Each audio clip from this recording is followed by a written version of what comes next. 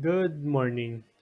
Today, I will be presenting The Successful Work and Life Integration by Brian Gozun. Depending on the worker, Thursday might be a blessing or a curse.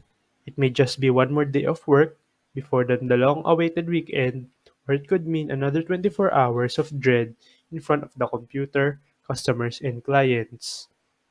Given the stress of work life, we always look forward to our weekends or days off to replenish and unwind. We always think about enjoying life only when we are not working, and our lives are put on hold while we work nonstop.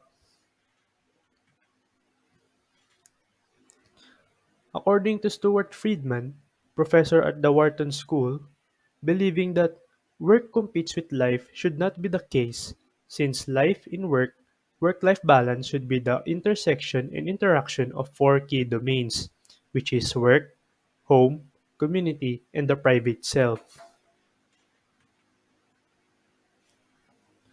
In a Harvard Business Review blog, Professor Friedman talks about what successful work and life integration looks like. He uses the phrase work and life integration rather than the more common work life balance because the latter represents a binary lifestyle where one has to choose work over life or life over work.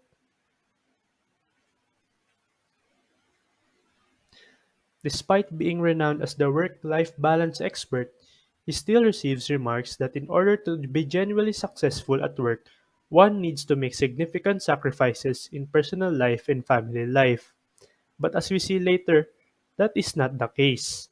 In his book, Leading the Life You Want Skills for Integrating Work and Life, he focused on well known people such as Facebook CEO Sheryl Sandberg, First Lady Michelle Obama, and the boss Bruce Springsteen, who were all successful at their work not despite having a full life outside of it, but precisely because they do.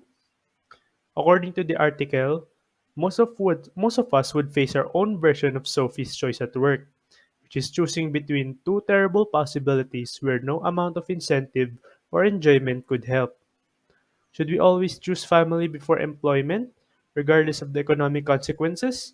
Should we always choose work over a loved one, regardless of the romantic implications? Or should we always select one above the other and then feel exhausted, furious, powerless, and hopeless? What is notable about the person's research by Professor Friedman is that they were not all born into a life of affluence, but instead worked hard to attain success in whatever they decided to do. Everyone experienced disappointment, frustration, doubt, and loss. Professor Friedman believes that achievement in a job is possible not at the price of the rest of your life, but as a result of responsibilities at home, in the community, and to your internal life. The message that Professor Friedman wants us to understand is that we must all acknowledge the value of work and then draw on and give back to our families and communities what we accomplish at work. Why can't we be successful at home and in our personal lives if we're successful at work? We frequently work too hard for our jobs while working too little for our family and loved ones.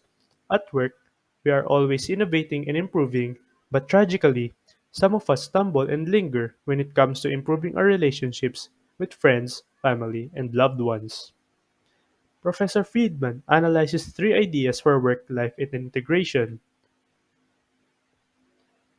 that is, being authentic, be whole, and be innovative. Being genuine entails stating your priorities. Being whole entails understanding how many aspects of your life interact with one another. Being innovative entails experimenting with methods to be creative in doing things that are beneficial to you and those around you. So that when people ask what good work life integration looks like, we must respond, I am happy while I'm at work, and equally happy when I'm not at work. That is all. Thank you.